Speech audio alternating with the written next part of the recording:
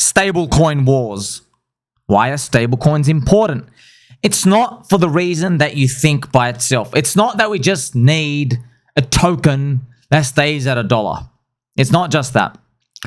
We need stablecoins to enhance the Reed's Law effect of crypto networks right now. Basically, in a nutshell, we need stablecoins to boost the floor price of different poop coins, different poop coin communities, and maybe even Bitcoin itself. We're going to discover what's going on now. All over crypto, there are stablecoin wars going on. Everyone wants to release a stablecoin. Now, on the surface, it seems like they're going after Tether. And yes, friends, we're going to speak about pDAI because pDAI and Richard Fart is going to fit in for PulseChain, okay? So if you go and look at crypto, the coin ranking, you've got Bitcoin, store of value. But Bitcoin, friends, it drops 70%. You know, it drops 70 to 80% every couple of years. It's very volatile. It gives people a lot of stress. Now, Bitcoin's volatility is dropping down, and we hope Bitcoin is the actual real stable coin in the next 30 or 40 years, where it doesn't do much, kind of like gold. That's what the whole plan is, right? But before that, there's a lot of product market fit for stablecoins. A lot. Now, Ethereum, smart contract layer 1 platform, as you can see, Vitalik ate too many bugs. And so Ethereum is just the leverage on BTC. All right. Now, maybe it flips it one day. We'll see. XRP, you are just an existence of a thing. Yeah. Okay, next, Tether. Tether is where the big amount of money is, friends. Tether is 140 billion market cap. That's real solid money. So, do you want to know something? How much money is in Bitcoin right now? You see that 2 trillion market cap? Well, the amount of money in Bitcoin is only about maximum 3% of that. That's how much it's on the bid. Tether, it's actually bigger than Bitcoin. Dollar for dollar. There are more dollars in Tether and stable coins than there are in Bitcoin. So if you did 5% of 2 trillion, you have 100 billion. I mean, Tether's 140. That's crazy. So you want to know how many bits? So basically, if everyone in the world sold Bitcoin, how much money would they be able to get? You'd get $60 billion. Yeah. You think, no way, that can't be true. Yeah, it's true. That's how much is sitting on the bids. Like if everybody just come and just cracked it down, that's it. See, with $60 billion ends up in bank accounts. Interesting, like right now. Now, there's a lot of trading and going back and forth, but like right now, snapshot, that's how much you can get out. Okay? Nuts. What about Tether? Well, there's 140 billion. Interesting. What about USD CUC? Circle's USDC, 42 billion. You're saying, wait, my friend Somi, are you telling me that you are begging for a pagan? Yes. There are more money, dollars, sitting in our stable coins than the actual crypto. How does that work? Well, the whole world works like that. People don't store their dollars. They want to hold the thing. That's how the real world works. How much money is there, I think, out there floating in actual paper dollars? I forgot, the numbers fluctuate, but it could be like, 16 to 90 trillion. Might have been 90 trillion. Yeah, but let's say it's 90 trillion. Okay, the stock market is 140 trillion market cap. So if you sold everything in the stock market, friends, if you got 3% of 140 trillion, you get 3% of 140 trillion, you get $4.2 trillion. So in all the world stock market, let's say you knew, okay, comet's hitting Earth. You tried to stop the comet with your fart. Damn, it's not working. I need to eat more baked beans. How much could you actually liquidate from all the exchanges in the world? About $4.2 trillion. But we've got like 90 floating out there. out there and all these other, the securities or the bonds or whatever. Okay, now there's different numbers that float around. And even if you just look at M2, friends, so the M2 money supply in zombie virus, after zombie virus, was 18 trillion. So like, that doesn't even matter. Like, okay, the 90 trillion, maybe it's like all Fugazi bond money. Okay, it's like what, like 25 trillion now. 25 trillion of M2 is way bigger than the 4.2 trillion you can extract. Interesting. So what's actually happening? Well, the money's going around in the economy. It's just that long-term whale thinkers are using their money to invest in the future. Okay? That's why you're winning. Because there's all this currency floating around and people are using some of that currency to go buy a scarce asset. You know, they go buy land. They go buy stonks. They go buy crypto. They say, get me out of this piece of trash. They're just making more of these currency units because it's expanding as like the population increases and the government's printing and debasing every more money. You see that? You just want to escape that whirlwind. You're starting to see how we move on now. So now if you go back and look at how many dollars are in here, you're like, wait a minute. It's starting to appear to me. The lion's share of crypto is mixed stablecoins. Yes, kind of. Not really. You don't want the stablecoins. They debase. However, in crypto, friends, it's now apparent we're now in cycle number 4. So that's why the title of my post is called Stablecoin Wars. So there are an increasing number of entities. Everyone's making a stablecoin.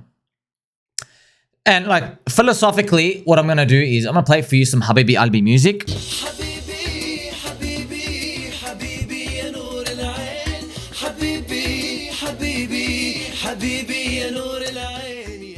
We tried many things in crypto.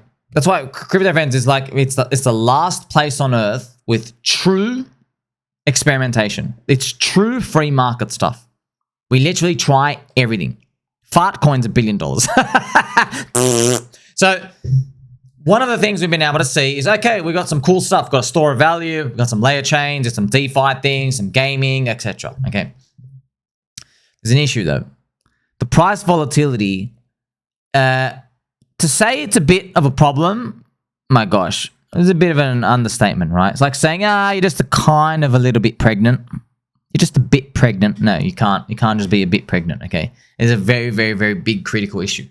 The issue is the 4-year cycle. Now, the 4-year cycle giveth and taketh. So, but when it gives so much, we can't stop the growth rate. We move like a commodity on the way up because everybody wants to join at the same time. And it's, friends, it's just like you remember with the zombie virus, you couldn't wipe your bum. Why? All the toilet paper was running out. Everybody had dingleberries out there.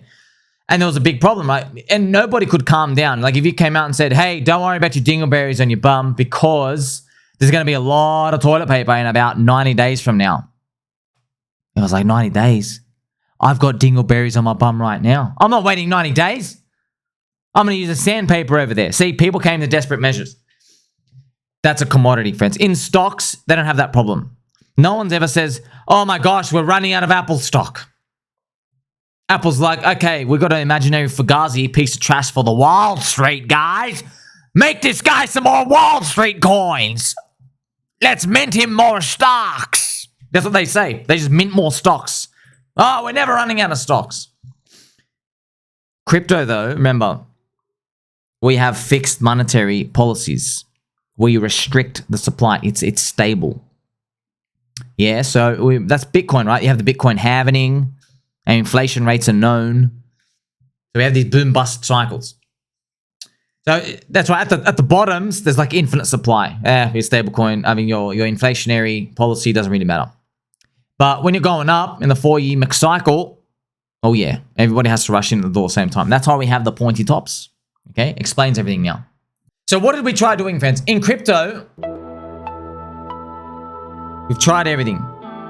But the down parts are really bad, man. Like, they're devastating. Like, I think everyone in crypto, friends, we've had enough now. We're like, man, like, we really tried. We got scammed from everything. And everyone in the industry, friends, they're pioneers. They're trying to discover use cases. Everyone's trying to push the industry forward.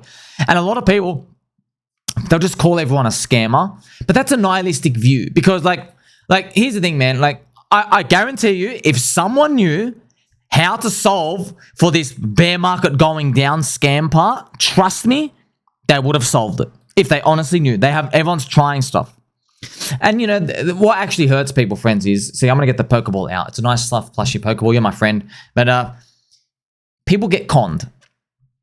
Because, like, there are words and marketing terms. And it's not just people getting conned. They con themselves.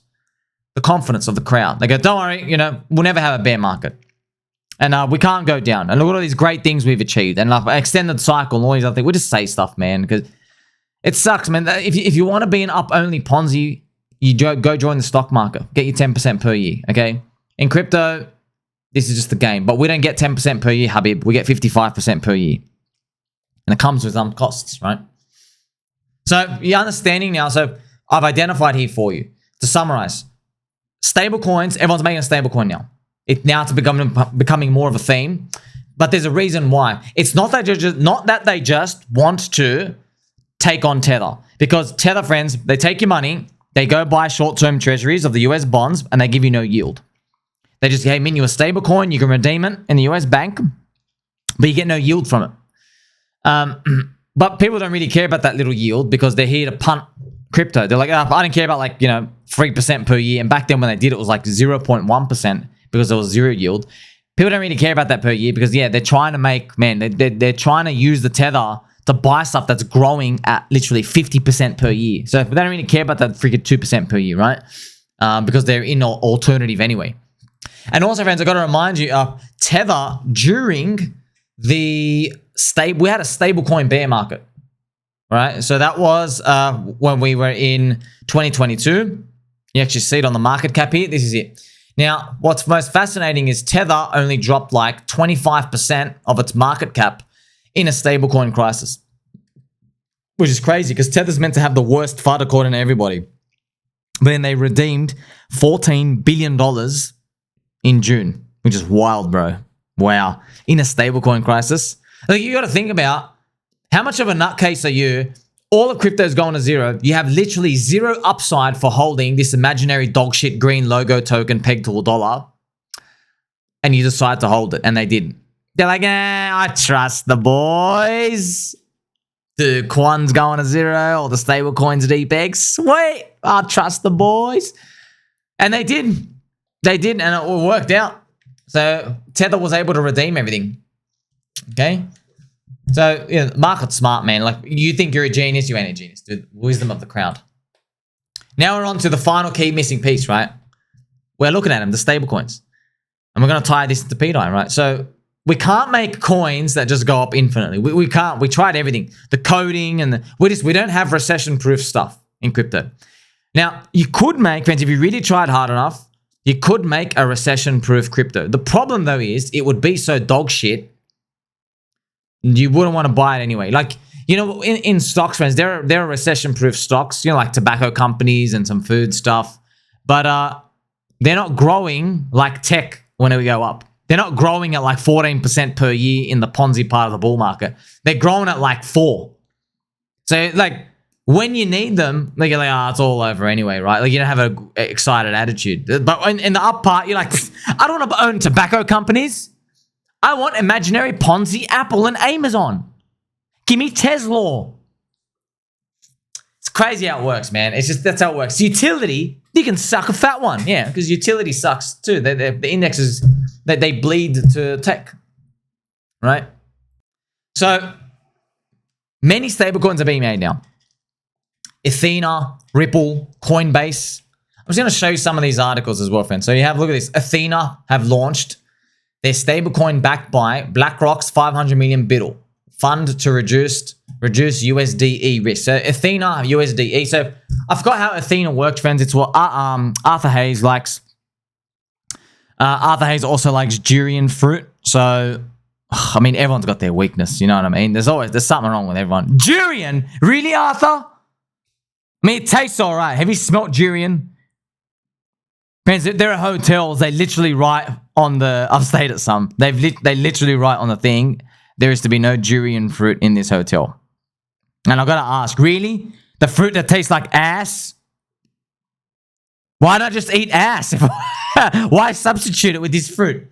So USDe, what they do is, in a nutshell, I think everyone wants to trade futures and stuff in crypto, and they pay a borrowing rate. So USDe, pretty much, they provide the platform. I forgot how it all works, but basically, the yield of the USD is paid from by all the people who are trading on the futures, because they're borrowing money. And the yield's actually huge right now. It's like 14 or 15%. And everyone's like, oh, crap. Every time we have high yields, we all go to zero. But actually, with this, I think actually it's all right, because the yield's not going to last forever. It's just like what? Wow, you're going to earn 17% in a bull market for 2 years, and then the yield's going to go down to 1 in the next bear market, because no one wants to trade, because it's all dead anyway.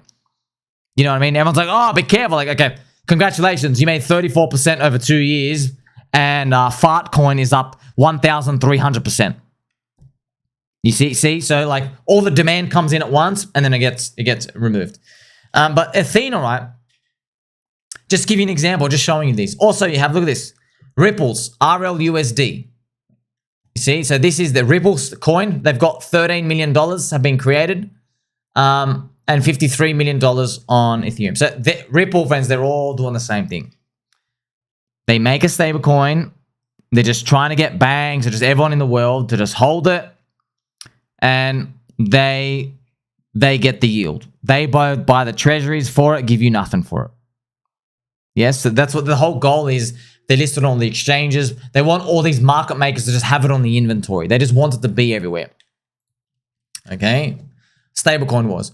Coinbase prepares to delist Tether, USDT, because of Europe. Now, the European ECB, friends, bunch of cucks, bug eaters, World Economic Forum.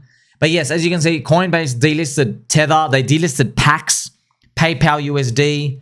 I think this is the Gay USD from Gemini, and Gien, and then the DAI, the estrogen DAI. So, as you can see, man, it's actual stablecoin wars. Because everyone's like, no, don't list that stablecoin. Put mine up. No, I want this. Okay, it's cuck coins, pretty much. But you need them. You need them, friends. Okay?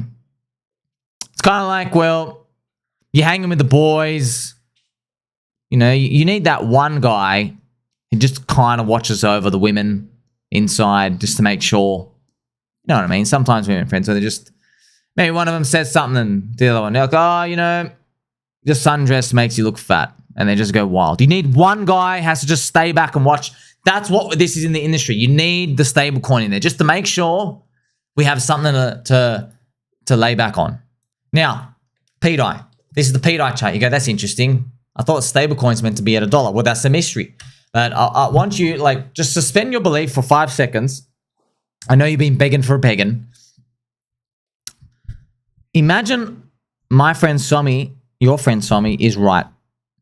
Imagine stablecoins are an actual narrative coming ahead. They're actually happening right now. Imagine they are. And imagine you knew that. Does it kind of make a big sense now that Richard Hart, Ricardo Corazon, does it make kind of sense that he's trying to make one? He is making one. In his own way, fully decentralized. It makes sense now. If you just suspend belief for 5 seconds, forget about the pegging and like, oh, is there enough money? Don't worry about the mechanics out here. But like conceptually, can you just get on board with the fact that you're seeing all these stable coins appear, and Richard Hart's a visionary. He got the DeFi thing right back in December 2019 in terms of what was coming in the next narrative.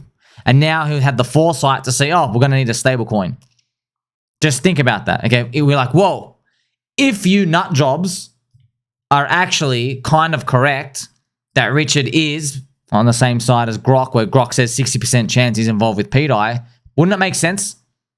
Wouldn't it make sense, friends? That's why I think the odds of him being involved are so high. I'm like, oh, yeah, there could be a bad actor. Could. I don't think you'd have an evil genius bad actor with this much brain who'd go onto like a random guy's chain with this shitty little liquidity, no bridges. Why don't you just go scam Ethereum? You do it in a bigger and pretend that it's Vitalik making his own stablecoin. Right? That's a lion's share. Why go do Richard Hart stuff? The guy's like basically been missing. You see? So you're starting to see the light now. Now, remember, all of it, friends, it comes back. Remember Metcalfe's law? There's Metcalfe's law and Reed's law. Metcalfe's law is just you increase the number of nodes, your value goes up to the square of it. So if you have 2 people in there, your value is 4. If you go to 10, your value is 100. You see how we're like, whoa, we added 8 people, but the value went from 4 to 100. That's plus 96. You added 8 people, you got 96 value in there, right? So the more people, more adoption, you get, yes, higher price appreciation. Now, what about Reed's law? Remember, Reed's law, it's an extension of it. It's not just the number of people now. Now it's the bond of each node. So basically, the power of friendship. So if you live in a city, if there's a lot of people in the city, okay, you got a big amount of value. But what if there's 2 cities with the same number of people? One city's got 1 million people, the other city's got another 1 million people. And they both have the same income GDP. Well, imagine that there's a difference with the cities. Imagine one city was just a bunch of people in there. And another city was a city with a hospital, schools, a strip club. There's a library for your book club meetings with me. You have a park. You have swimming pools. You have holiday resorts. You see? You've got family function stuff there. Interesting. Now, you're like, wait, so I'm basically in the city, you're making it harder and harder for people to leave. You just have so many things there. And everybody in the city, they have all their families there and their cousins there. You get it? And pet frogs. You can't forget the pet frogs. So that would have a strong Reed's law in that city. And the city where it's just a bunch of people there would have less value. So a stable coin, friends, so once again, suspend belief.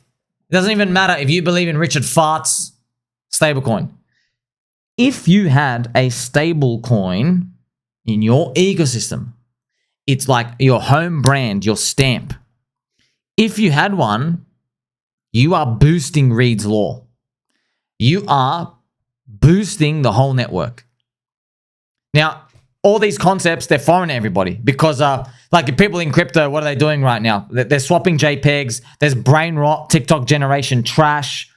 Most people don't know what's going on. I get it. However, now I've introduced you to this concept. This is the bigger thing. This is the empire. This is dynasty wealth. This is the gold rush. Everyone's made a chain and they're trying to enhance their chain. How do I enhance the chain? I mean, like a chain is a city, okay? Bitcoin's got a city. Ethereum's got a city. Arbitrum's got a little city.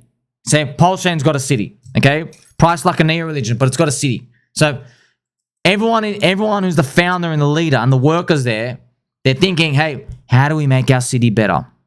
What do we do? How do we enhance it? And now you can see the stablecoin, it sounds so counterintuitive. You're like, but like it feels like a bit defeatist. You're like, man, we never wanted to go to the stablecoins, bro. This is our money. We wanted our money. We don't want that. And I'll go, yeah, but here's the thing. We gave it 3 cycles, Habibi Albi. We did. We gave it 3 cycles. We went to 0 every single time. We are now on cycle 4. It's time, like the marketplace is figuring out this itself. Okay, so like this is why, friends, say, imagine you try to make your stablecoin 2 cycles ago. No one cares. Okay, no one cares. I mean, like you have Tether, but using your stablecoin to boost up a chain, nah, no one wants it. No one knows. But now, product market fit is developing, and it makes sense because in a bear market, friends. So remember, how does a city lose value? People leave. So you can be in a city, just like, friends, there are people in America, they do like really like nut job stuff. They'll like burn the flag, or they'll say like, if President Trump gets in, I'm going to leave. Okay, bye. They don't want you there anyway. Don't come to Australia, go somewhere else. We don't want you either. So there are those people here, but them fighting your own country, that doesn't actually like make you lose value. You know, they're self-fudders. They're just whinging, okay? It's the leaving part. If everyone left, emigration, okay, leaving. So in a bear market, people leave. They sell and they bridge out.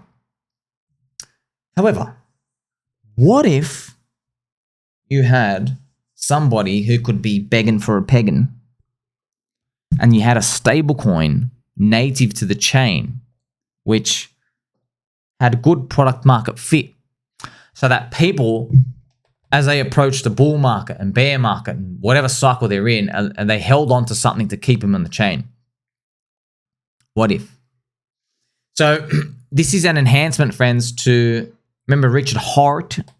He has Hex. Hex was meant to basically do this.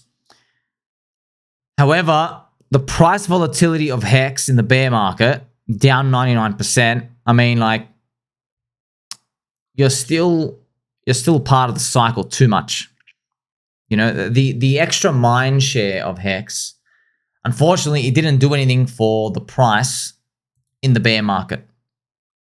So even though people had yield and they're talking about T-shares, it didn't actually stop. I know we had the PulseChain dilution effect, but yeah, we still dropped down. I think combined Hex, we went down to like 1 cent pretty much, combined Hex. So we dropped like 98%. And if you included all the coins, maybe you're down like 95%. So still, like, even if you're down 90%, that's still bad. Like, you're bad for everyone. Like, man, we can't have people coming in to change their lives when an altcoin everywhere goes down 90% for 3 freaking years. And then maybe you go up. And we already know the stats. 80% of coins never go back to break their all-time high in the following cycle. So, okay, you drop 90% for 3 years, and there's only a 1 in 5 chance that you actually come back and break the high and sustain the high. And then there's only a 1% chance, 1 out of 100, you beat Bitcoin. 1 out of 100. It's actually less than that. I just wrote 1 out of 100. Man, that's a terrible, terrible, terrible odds. So now you can see, so people in the marketplace are adapting. And not just the people, friends, the founders. See, people have adapted by buying meme coins because they buy something they're easy to understand. And they're like, you know what? I don't need to like lock up for 15 years. I mean, friends, even the Hex staking this year, we saw the staking results. The average stake lockup is 50 or 60 days. When it used to be like, you know, multiple years, like 6 years or 7 years, whatever it was. Do you see? So people, the marketplace is adapting to that. Okay, so Reed's law, right? In a bear market, people bridge and leave. If you have a stablecoin now, they can stay and help boost the flaw of the network over time. Now, it doesn't necessarily mean, oh, we got a stablecoin now, we'll never drop. No. It might help. It seems like it would, friends. This is kind of like, it was counterintuitive, man. It's like, damn, like, because it's like so, it's such a black mark on crypto. We need the stable coins now. Man, Satoshi might be rolling in his grave. But that's it. What can we do? Everybody is addicted to the money printer. It's a free market in crypto. So too many people rush in the euphoria of the bull. So when we need to rinse them out, we rinse up an exceptionally large amount of them. And we do. 95% drop. Hex had 99%, okay? See, crypto, friends, crypto's problem is, not problem, okay, but it's part of the cycle. It's a long duration asset. As I've told you many times, I made many, many videos. Long duration asset means like you can't access your liquidity for like most of the cycle. It's only a short window of time you access your liquidity in the final 15%. Okay, so yeah, we got to invert that over time. And as the growth rates go down over time, it will be inverted. However, if you wait 10 or 15 years for like, okay, now we go up for 3 years, drop for only 1 year, we all become like a Bitcoin type, the opportunity's gone. You're not growing at 55% per year. Maybe you're growing at like 15%. Okay, a lot of the money's gone.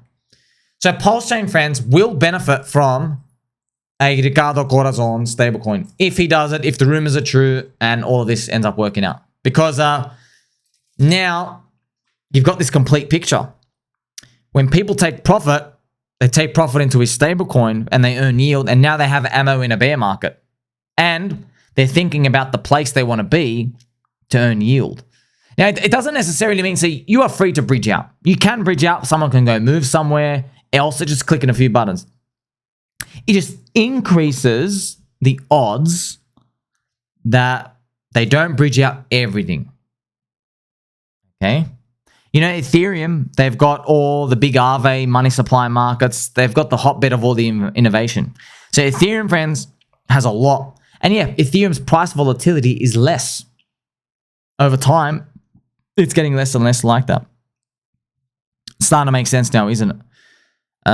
So if Richard Hart pulls it off, if he pulls this off, if the pDAI conspiracy is true, this is really, and you know, it's technically it's a once in a lifetime opportunity because he conceptualizes, I want to make a stable coin, and he's front running the market. Like, friends, he is, you know, like, you know, well, all our consciousness is linked, right? So Richard Hart is thinking about a stable coin, but probably in 2021, the Ethena guys and Cripple, they were all probably thinking of stable coins too. However, there's a difference. Richard Hart, his method of operating is being like a man of the people to let other people get rich and enhance the city. It's a true Bitcoin style because that's how Bitcoin worked, yeah? Bitcoin let everyone get in. Yes, but Cripple is like, hey, I got my ivory tower in Cripple. We're going to make the yield. Athena VC project, okay? They got Arthur in. Okay, you can't get into the ICO. Where's my offering for that?